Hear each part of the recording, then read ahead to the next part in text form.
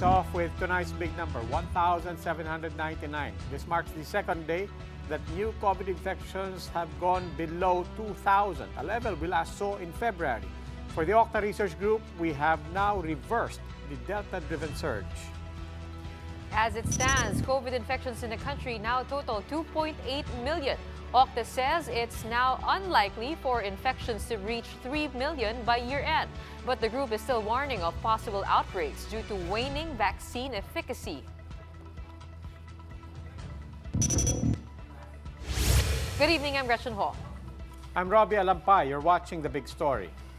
Taking from the experience of countries like Israel, the Octa Research Group is now calling for the immediate rollout of booster shots to avoid a resurgence in cases.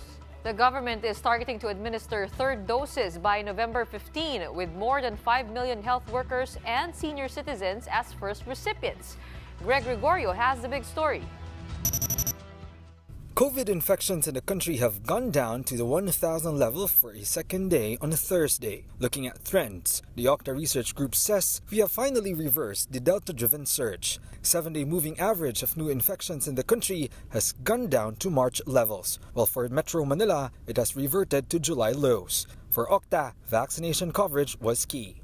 We have seen the pattern na when it hits 40% of the total population, it starts driving down the number of cases talaga.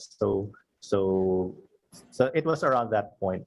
I think we were at around 40% in September when cases really started decreasing. But the group is warning of possible upticks once again due to the waning efficacy of vaccines. They now urge the start of booster inoculation as soon as possible. Kaya nagkaroon ng spikes in some countries, for example, Israel, after 6 months, it's because of the waning efficacy. Once the vaccines start losing their effectiveness, we might see more outbreaks. That is possible. That's why we support having the booster shots. The government eyes to roll out booster shots by November 15, pending the amendment of emergency use authorization of vaccines. To do this, the FDA has tapped the vaccine experts panel to review all of the submitted applications for the EUA review of vaccines. We just want to make sure that we assured talaga tayo sa safety at saka yung efficacy, yung benefit ng added dose before we give it out. But we will release it naman at the soonest possible time. The National Immunization Technical Advisory Group recommends that vaccinees receive the same brand they had during their initial doses. We really have to ensure the science of it all. While it's true, people will argue that, we need it, otherwise we're going to get sick and so on and so forth. We want to make sure that at the end of the day, we are doing the right thing rightly. The Interior Department says the National Vaccine Operations Center is already ironing out the guidelines for the first rollout of booster doses. Phase 1 will be for 1.5 million health workers, followed by Phase 2 for 4.6 million senior citizens. For News 5, Greg Gregorio, we are One News. How exactly does government plan to balance the rollout of booster shots and administer jabs to those who have yet to receive their first set of doses? That big question and more with National Task Force Against COVID-19 spokesperson General Restituto Padilla. Good evening, General Padilla. Good evening, Robbie. Good evening, Gretchen, and to all our televiewers and those following the news. Good evening to you all, and I hope God's good grace is upon us and we are all healthy. Sa inyo rin po, General. But in the meantime, before we even discuss first, second doses, and for that matter, booster shots, let's talk about the supply situation first. Ano po ba ang outlook natin? Do we have enough supply? And does that factor in a potential third dose? Oh yes, very much. No? For the month of October, we've been able to breach so many milestones. Angkat tayo ng 34.8 million doses ng bakuna. So for the total month of October, in totality for the month of October, 34,887,870 doses of vaccines have been delivered. Of this, 17.4 million ang binili ng gobyerno, ang donated dito 11.9 million. Ang LGUs may parte at pati private sector na 2.5, almost 2.6 million. At yung mga donations from other countries umabot ng 2.3 million, no? For a total of almost 35 million for the month of October. And for the month of November, yes, supply is still stabilizing. We're getting a lot of vaccines daily. Our average arrivals on a daily basis is already almost 1 million or more. And we will be able to sustain this per the assurance of our vaccine czar, Secretary Galvez, and the team that is backing him up. So we are confident that because of the ample number of vaccine doses that we have already in our supply, in our warehouses, and ready to be distributed, as well as those that are already in the administered areas, kaya na natin ito, no? At pwedeng pagsabay-sabayin. Kaya nga ang ating target goals for November, kung maaari ko nang unahan, Robbie, no? Yung tanong, ang ating pong objective for the month of November ay magkaroon po ng rollout na sa period na tinatawag nating National Vaccination Day from November 20 to 30. Ito po yung plano na inilahad ni Secretary Galvez, no? Between the dates of November 20 to 30, he is calling on everybody because PMA, the Philippine Medical Association, and other allied medical associations, together with the Rotary Club, are helping support this initiative. Ang habol nito, makakuha tayo ng 1 to 1.5 million jobs per day beginning November 20. Tapos, makapagtayo tayo ng mga bakunahan na aabot na mga 4 to 5,000. No? Ito ay tulong-tulong sa pribadong sektor, sa gobyerno, sa lahat ng ahensya ng pamahalaan. So this will be vaccination sites in the malls, the universities, the schools, the gyms, camps of military, police, other government entities, function halls of different government agencies, etc. Kung anong kaya nating gawing bakunahan, na meron tayong angkop na mga volunteer galing sa pribadong sektor, galing sa lahat ng mga sektor, tulong-tulong, bayanihan, bilisan natin ang pagbabakuna sa araw ng 20 hanggang 30 November para sa katapusan ng Nobyembre, makapagtamo tayo ng bilang na mga halos 10 milyon hanggang 15 milyon na mga nabakunahan. Pero General, linawin ko lang po, when we talk about this national vaccination drive, are we referring still to people na wala pang bakuna, whether the first or the second? And I guess the real question on people's minds is when you say ample supply, does that mean ample, that there is no dilemma even in terms of prioritizing a third dose for frontliners and special sectors, and on the other hand, yung mga wala pang ang bakuna? Ang rollout po nito ay sabay-sabay na kasi nagbukas na po tayo ng vaccination para sa general public. At nagbukas na rin po tayo sa rest of the pediatric population. Ibig sabihin, lahat po ng kabataan pwede na habang sabay-sabay na binabakunahan po yung mga priority sector. Kaya po ng supply suportahan yan. Ang dumadating pong bakuna sa atin ay hindi natin kaagarang nauubos dahil sa mabagal pa yung pagbabakuna natin. Pero kung maira-ramp up natin ang ating pagbabakuna, hahabol po tayo. Mauubos po natin ang mga supply habang may dumadating, may bago pong supply na dumadating at kayang suportahan yung ganung klaseng rollout. Kaya nga po, medyo ambitious ito, pero tulad na nabanggit ko, walang imposible sa Pilipino o sa bayang Pilipinas na nagtutulong-tulong. Kaya bayanihan ang importante. At isa pa, yung panukala po ng pagro-roll out na ganito ay nata-timing na rin para sa pagbibigay daan sa pagkakaroon ng face-to-face classes. Kasi ang mga guro, ang mga estudyante, ang mga personnel ng mga eskwelahan ay hinahangad nating mabakunahan ng 90% para nang sa ganon, ligtas po lahat ng ating estudyante at lahat ng ating mga guro at mga nagtatrabaho sa paaralan pag tayo nagbigay daan sa face-to-face doon sa mga pilot areas.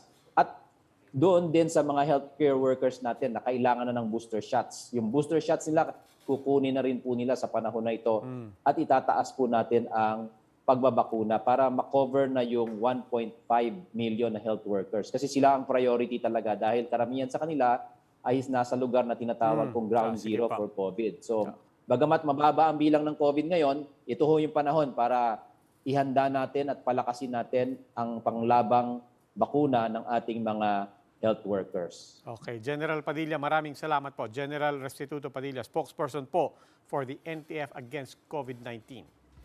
The country's vaccine stockpile stands at 40 million, raising wastage concerns. Vaccine czar Carlito Galvez said slow rollouts are due to logistical challenges, especially in areas with no cold storage facilities. Despite this, Health Secretary Francisco Duque says he remains hopeful that herd immunity will be achieved. Government is eyeing a daily vaccination target of 1.5 million to decrease stockpile to 20 million at best. On Wednesday, the DOH says more than 900,000 were vaccinated. And we are ramping up the distribution to the regions and the provinces and to the cities and municipalities, no? Yes. And expanding our vaccination sites. And hopefully, the trajectory will continue to be able to achieve our population protection or herd immunity of 70%. These are the other big stories tonight. Confusion and long lines marred the first day of increased capacity in public transportation in NCR and nearby provinces. Unemployment rose to its highest rate yet this year in September with 4.25 million jobless Filipinos. And it was a tough choice to make, but champion golfer Yuka Saso has confirmed that she has chosen to be a Japanese citizen. These big stories after the break.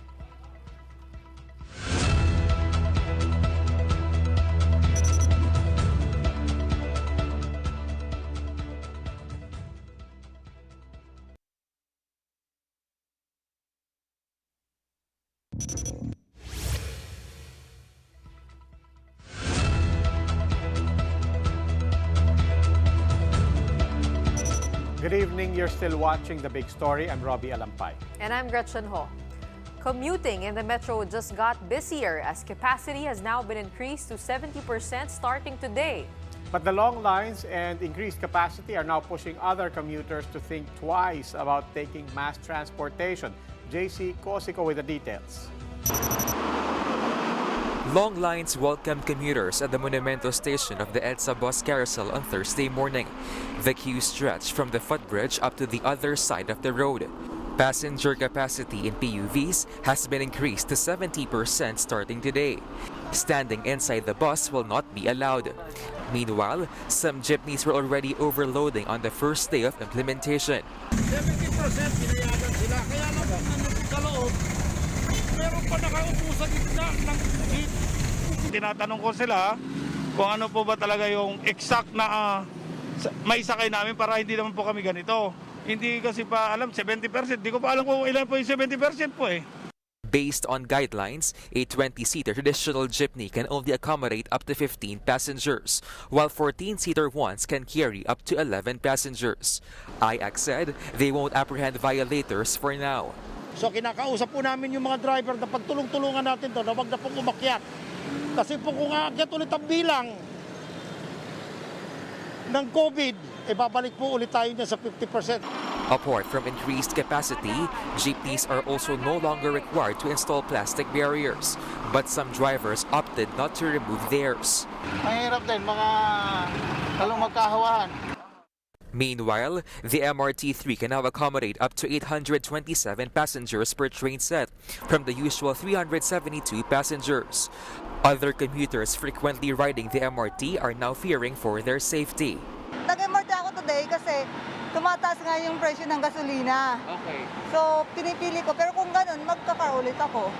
The MRT management assures the public that train sets are regularly disinfected. Aside from Metro Manila, the 70% maximum capacity in public transport is also being implemented in nearby provinces like Laguna, Cavite, Rizal, and Bulacan. This will be implemented for a month. The government will then assess if the cap can be relaxed further to pre-pandemic levels. For News 5, JC Cosico, we are One News. Now that plastic barriers have been scrapped in PUVs, you might be wondering, will face shields follow suit? The Interior Department is making a push to finally limit the use of protective gear. Undersecretary Jonathan Malaya says they would like to lift the face shield requirement altogether, except for medical purposes. He added that DILG Secretary Eduardo Año himself will make the proposal as he meets with the IATF. Kami po sa DILG, we will recommend na dahan-dahan na nating tanggalin yung face shield, except of course in hospital settings. In other instances, sa tingin po namin ay pwede na pong luwagan. Unemployment hit its highest level this year in September. Just released data are showing. Along with the lockdown, bad weather played a part. Mobile journalist Pamela Vasquez breaks it down.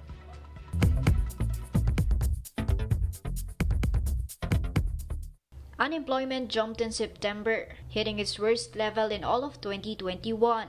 New data from the statistics agency showed the gauge rose to 8.9% for the month. That's equivalent to 4.25 million jobless Filipinos. The country was under MECQ for the first half of September after COVID cases hit an all-time high, reaching 26,000 a day. The biggest driver of unemployment was the agriculture sector, which lost around 900,000 jobs. Basically, ang nakikita namin ay yung end ng harvest season at yung bad weather condition. Manufacturing also took a hit due to uncertainty over government policy. So you cannot just expand production, you cannot just hire more laborers if you are unsure of the direction of the government, whether they are going to fully open the economy or not. Meanwhile, House Committee Ways and Means Chair Joey Salceda is pushing a bill that will reduce excise taxes on fuel for 6 months. His idea is to exempt diesel and kerosene from excise taxes from December 1 this year to June 1 next year, while gasoline excise taxes should be reduced from 10 pesos to 7 pesos a liter. Salceda's argument is that diesel and kerosene are used mostly by the working class, for instance by jeepney drivers and delivery riders. Ang problema ko kasi talaga nito, yung top 10% ng ating pong society, napaka-unequal. So 51% po ng lahat po ng langis ay kinukonsumo po ng top 10%. Subalit po may epekto po ng malaki dun sa baba. Local fuel prices have been raised every week for 10 straight weeks now. Mobile journalist Pamela Vasquez, We Are One News.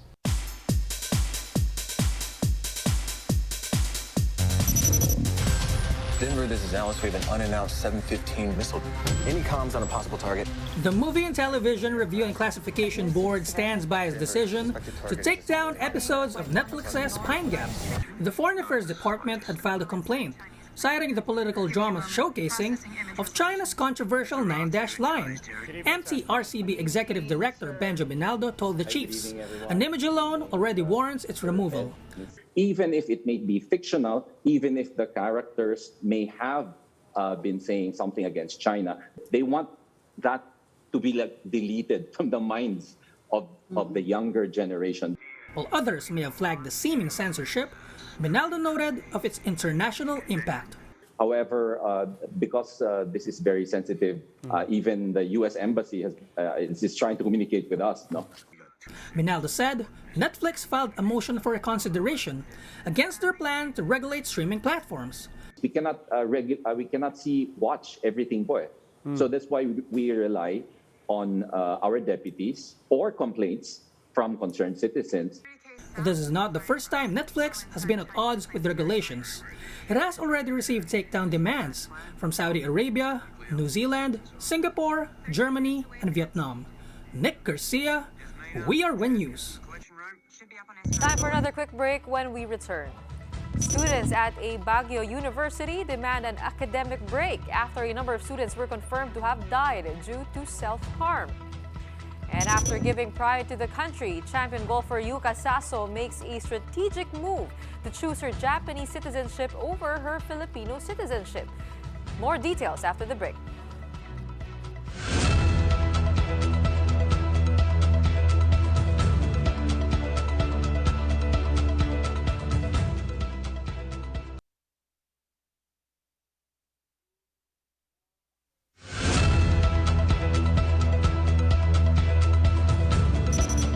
You're watching The Big Story. I'm Robbie Alampay. And I'm Gretchen Ho. A trigger warning as our next story tackles suicide. St. Louis University in Baguio will soon implement an academic break after public outcry from students due to mounting requirements. A psychiatrist, meanwhile, is advising students against pushing their limits. Mobile journalist Judy Baiza gives us a front seat to the story.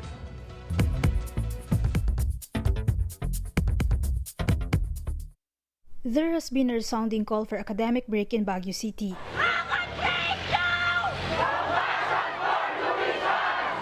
Students of St. Louis University staged a candlelight protest over mounting school requirements. In fact, since September, 3 LSU students died by suicide.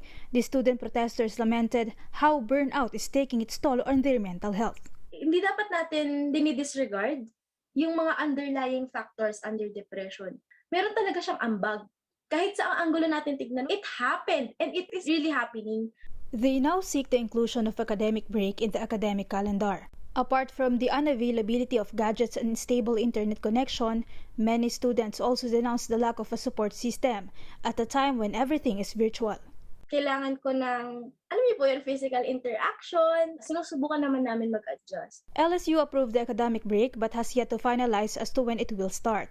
A psychologist said the students' concerns are valid, especially since students have different learning styles, periods of adjustments to the new normal.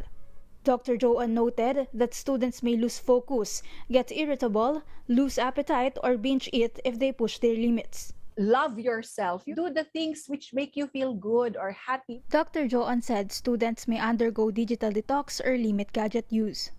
The crisis hotlines are also available for those who need help. The National Center for Mental Health is ready to listen.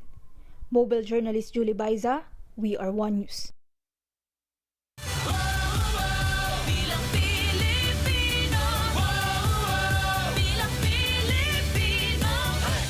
Here are the election stories we're watching.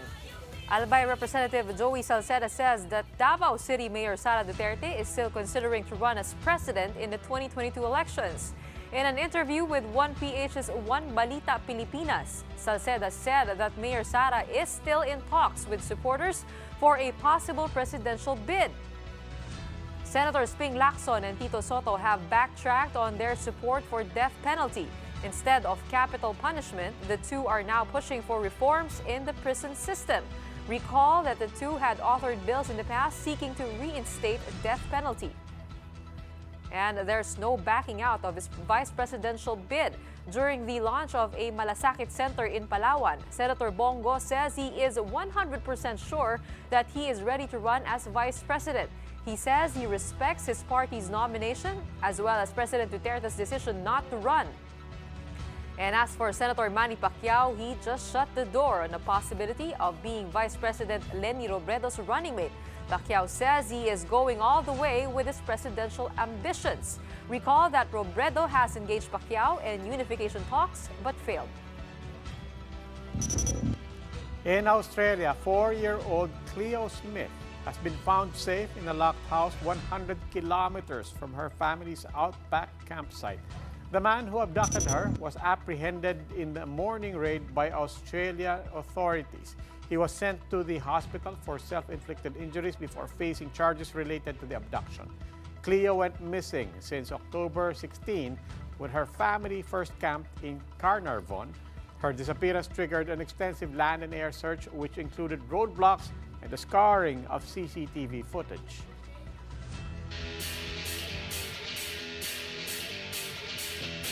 Now for the big story in sports. Golf sensation Yuka Saso has confirmed that she has indeed chosen to become a full Japanese citizen when she turns 22.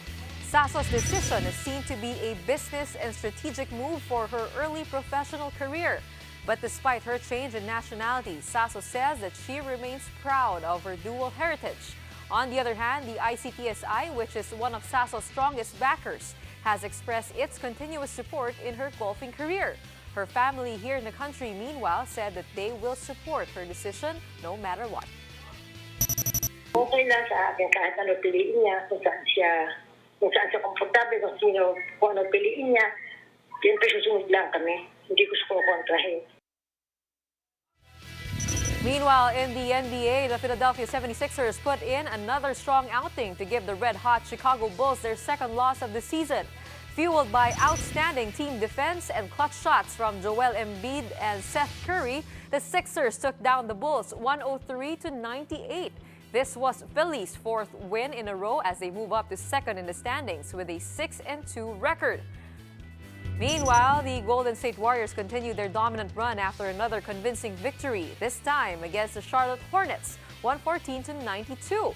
Guys like Jordan Poole and Gary Payton II stepped up for the Warriors as they moved to 6-1 in the standings.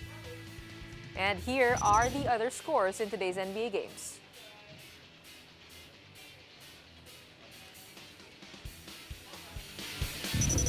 Oxford Languages 2021 word of the year is here. Can you guess, Gretch?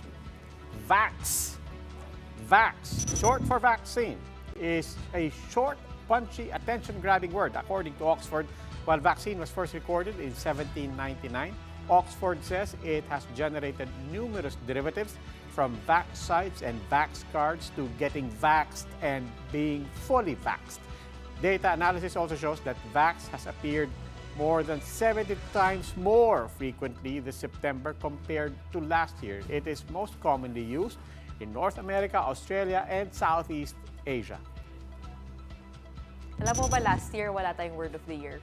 Talaga? Meron tayong words of an unprecedented year kasi there was too much, they couldn't encapsulate everything in one word. So ang dami nilang ni-release na COVID-19, bushfire, Black Lives Matter. I did not know that. I would have thought maybe coronavirus, di ba? That's not a new word. Marami That's kasi an old nangyari word, last di ba? year. Oo. So this is a good sign. Oo. It's the solution, di ba?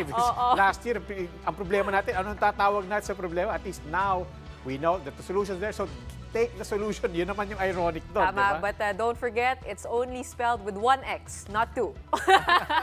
Well, that wraps up today's big story. Catch us again tomorrow at 8 p.m. on Signal Channels 8 and 250. Please like our Facebook page, One News. For more in-depth analysis, visit our webpage, onenews.ph. Mask on. Wash hands. And stay safe, Philippines. I'm Robbie Alampay. And I'm Gretchen Hall. We are One News. Have a good evening.